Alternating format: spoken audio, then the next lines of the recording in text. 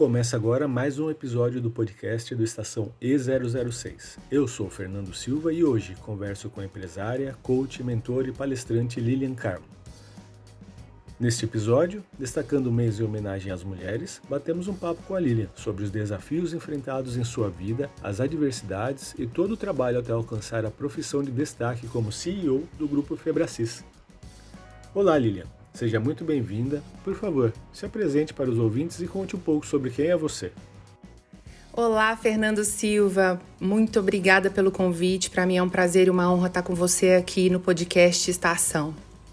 Bom, meu nome é Lilian Carmo, eu sou mãe do Arthur, de 8 anos, sou casada há 22 anos com o Alex e ao longo da minha vida profissional eu tive a oportunidade de trabalhar em grandes empresas como AstraZeneca, Sanofi Aventis, Johnson & Johnson e a Febracis agora, nos meus últimos 4 anos, onde eu tive a oportunidade de ser reconhecida por essas empresas e hoje eu ocupo o cargo de CEO. Tive a oportunidade de trabalhar sempre em cargos de liderança e eu espero poder contribuir com você e com a sua audiência ao longo dessa nossa entrevista. Apesar do acesso à educação, as mulheres possuem cerca de 39,4% dos cargos de gestão no Brasil. Ainda, segundo destaca o relatório global de gênero do Fórum Econômico Mundial, para piorar, o nosso país ocupa a posição 130 em igualdade salarial. Vale ressaltar também que as mulheres continuam sendo vítimas de abusos e assédios morais e sexuais em seus ambientes de trabalho, como destaca a agência Patrícia Galvão. Cerca de 40% das mulheres já foram ofendidas ou ouviram gritos no trabalho contra 13% dos homens. Lilian, antes de alcançar o reconhecimento e a projeção pelo seu trabalho, à frente do Grupo Febracis, quais foram os desafios e limitações enfrentados para você alcançar seus desafios e conquistar seus objetivos? Bom, foram muitos os desafios que eu passei ao longo da minha carreira. Porém, eu me considero uma privilegiada, porque no contexto que você dá acima, eu sempre trabalhei em grandes empresas, empresas preocupadas com a mulher e com a diversidade. Então, eu não posso dizer que eu fui vítima de nenhuma dessas estatísticas com relação a assédio moral, sexual e até mesmo desigualdade salarial. Porém, eu percebi sim que as mulheres se candidatam menos às posições de liderança, né? E é por isso que dentro da Johnson eu liderei um movimento chamado Woman Leadership, para trabalhar as crenças dessa mulher, para mostrar para as mulheres que é possível sim ser mãe, ser esposa e ter uma carreira profissional que nos permita, né, ser reconhecida, alcançando posições de liderança cada vez mais altas. E claro, as empresas, as organizações precisam disso. A mulher, ela tem uma sensibilidade diferente do homem e essa diferença ela é importante na equalização da tomada de decisão. Por isso que nós precisamos de mais mulheres na liderança, para que a gente tenha uma representatividade no poder de decisão e para que a gente possa contribuir com o nosso olhar, que é diferente, mas que é muito contributivo junto do homem. Sabe? O LinkedIn ele fez uma pesquisa e ele evidenciou que uma mulher, para se candidatar a uma posição de liderança, ela precisava ter acima de 90% dos requisitos do cargo, enquanto os homens não. Então isso prova que muitas vezes a limitação é da própria mulher, é da própria crença dela, de que ela precisa ser muito, muito melhor para poder se arriscar, ousar assumir um cargo como esse. Então, se eu tivesse que dar um recado para a tua audiência, seria essa. Mulheres, se desafiem. Nós podemos sim ser a nossa melhor versão em todas as áreas da nossa vida. Então, as empresas precisam de nós, as lideranças políticas precisam de nós. Enfim, a gente pode contribuir para uma sociedade muito melhor quando a gente vence os nossos próprios obstáculos e nos arriscamos mais. Então, fica aí minha dica, mais ousadia para o risco. Lilian, e quais são as outras conquistas almejadas por você? Bom, Fernando, são grandes os meus sonhos e minhas metas, vou lhe dizer. Mas eu quero lhe dar um contexto, tá? Ao longo da minha carreira profissional, eu tive a oportunidade de intraempreender. Ou seja, empreender no CNPJ de alguém. E isso me preparou bastante para que eu pudesse fazer a minha transição de carreira. E então, empreender no meu próprio negócio. E isso aconteceu há 4 anos atrás. E eu senti esse gostinho. No ano passado, os líderes, né, Paulo e Camila, me convidaram para assumir a liderança sênior, C-Level, do Grupo Febracis. E foi uma honra, um prazer muito grande. Eu aceitei esse desafio porque eu sei que eu podia contribuir para o grupo, porque eu já tinha um olhar de franquia. Mas eu sei que essa posição ela é passageira. Então, eu já estou 1 ano nessa posição de CEO do Grupo Febracis. Pretendo ficar mais 1 ano, cumprir mais um ciclo de contribuição, preparar alguém para o meu lugar e abrir um outro negócio, né? Para mim, o empreendedorismo ele é a mola propulsora do desenvolvimento das pessoas. Seja ele no âmbito social, de contribuição social, porque eu acho que o trabalho ele gera dignidade, ele proporciona renda a essas pessoas, então eu quero muito voltar a empreender. E empreender no meu propósito, que é fazendo a diferença na vida do consumidor que passar por mim e pelas minhas empresas. Então, sim, eu pretendo voltar a criar novos negócios. É isso. Além de todos os desafios enfrentados pelas mulheres no Brasil, conforme os dados apresentados no início do programa, como surgiu o seu interesse pelo ramo empresarial? E como a mentoria e o coach entraram na sua vida, Lília? Bom, Fernando, o interesse pelo mundo business surgiu muito cedo. Foi logo na minha formação em administração que o meu desejo ardeu por esse negócio. Mas é claro que eu tive referências dentro da minha casa. Meu pai, com um espírito super empreendedor, meus irmãos que já trilhavam caminhos empresariais. Mas foi dentro da Johnson & Johnson, ocupando o cargo de gerente nacional, que eu tive a oportunidade de assumir a liderança de um grupo que estimulava outras pessoas a também serem líderes, né? Como eu disse para vocês, mulheres que incentivar mulheres para que estas ocupassem cargos de liderança. E foi ali que eu decidi me desenvolver como coach, tendo ferramentas para que pudesse não só utilizar na minha carreira, impulsionar o meu desenvolvimento, mas que eu pudesse ajudar outras pessoas.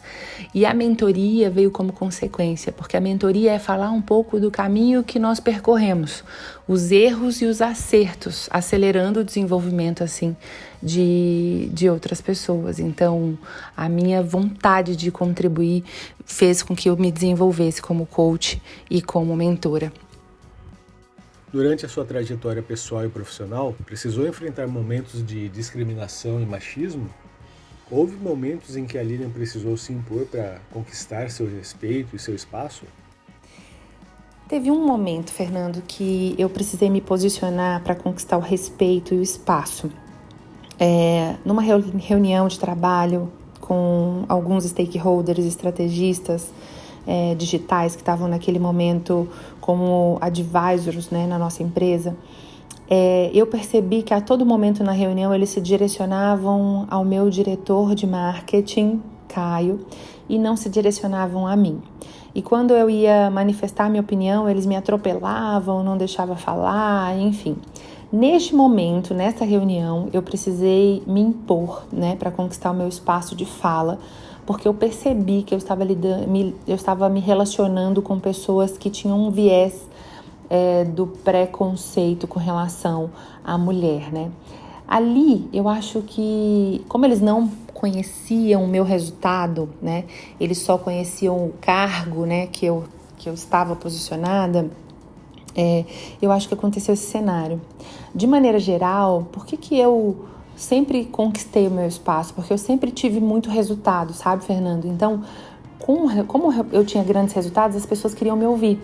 As pessoas que conheciam a minha história, conheciam o meu resultado, perguntavam, se dirigiam a mim, homens e mulheres. Então, quando eu digo para você que eu não passei por grandes situações, né, de preconceito, é porque realmente eu trabalhei em empresas que são preocupadas com isso, né? Então eu me sinto privilegiada por isso, mas também porque eu sempre tive resultados e obviamente as pessoas me reconheciam por isso e acabavam me consultando a respeito desse meu resultado. Mas esse momento foi muito marcante. Esse momento foi um momento que eu precisei parar a reunião e me impor com poder e autoridade, pedindo para que eu tivesse a oportunidade de manifestar a minha opinião. Me lembro desse aspecto, sim. Empresária, coach, mentora e palestrante em um país que infelizmente discrimina e limita as mulheres, além de possuir o machismo estrutural em sua formação, como você avalia o seu sucesso e utiliza para transformar a nossa sociedade, criando oportunidades para outras mulheres? Isso acontece? Eu sei que o preconceito no Brasil é real, mas a minha contribuição para as mulheres que passam por mim, através dos meus treinamentos, das minhas mentorias, é dizer para elas que não existe nenhuma circunstância que pode me paralisar se eu assim não permitir. 10% é o que de fato me acontece, 90% é como eu vou lidar com esse posicionamento de machismo, como eu vou lidar com esse posicionamento de assédio. É por isso, Fernando, que eu busco nos meus treinamentos, nas minhas mentorias, empoderar essas mulheres, fazer com que elas entendam a sua verdadeira identidade. Quem são elas de fato? A sua verdadeira capacidade de realizar. E óbvio que a vida que elas merecem viver. Porque quando elas estão conscientes disso, mesmo que apareça uma situação desafiadora, elas vão conseguir se posicionar, não se calar, enfrentar e vencer qualquer obstáculo. É isso que eu acredito. Fora das redes sociais, além do sucesso, houve algum momento na sua vida pessoal ou mesmo na carreira que, pela diversidade e dificuldade da profissão, pensou em desistir, Lilian? Sim, foram vários os momentos difíceis e foram várias vezes que eu pensei em desistir.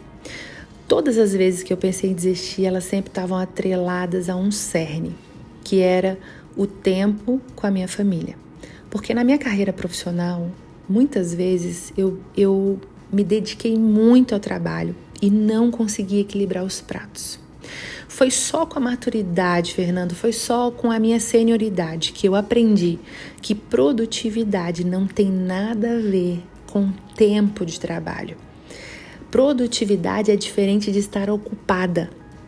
E foi com um planejamento que eu aprendi a dizer sim e a dizer não para o meu trabalho. Foi com planejamento que eu aprendi a me posicionar e dizer não, hoje eu tenho o teatro na escola com meu filho e isso eu não abro mão.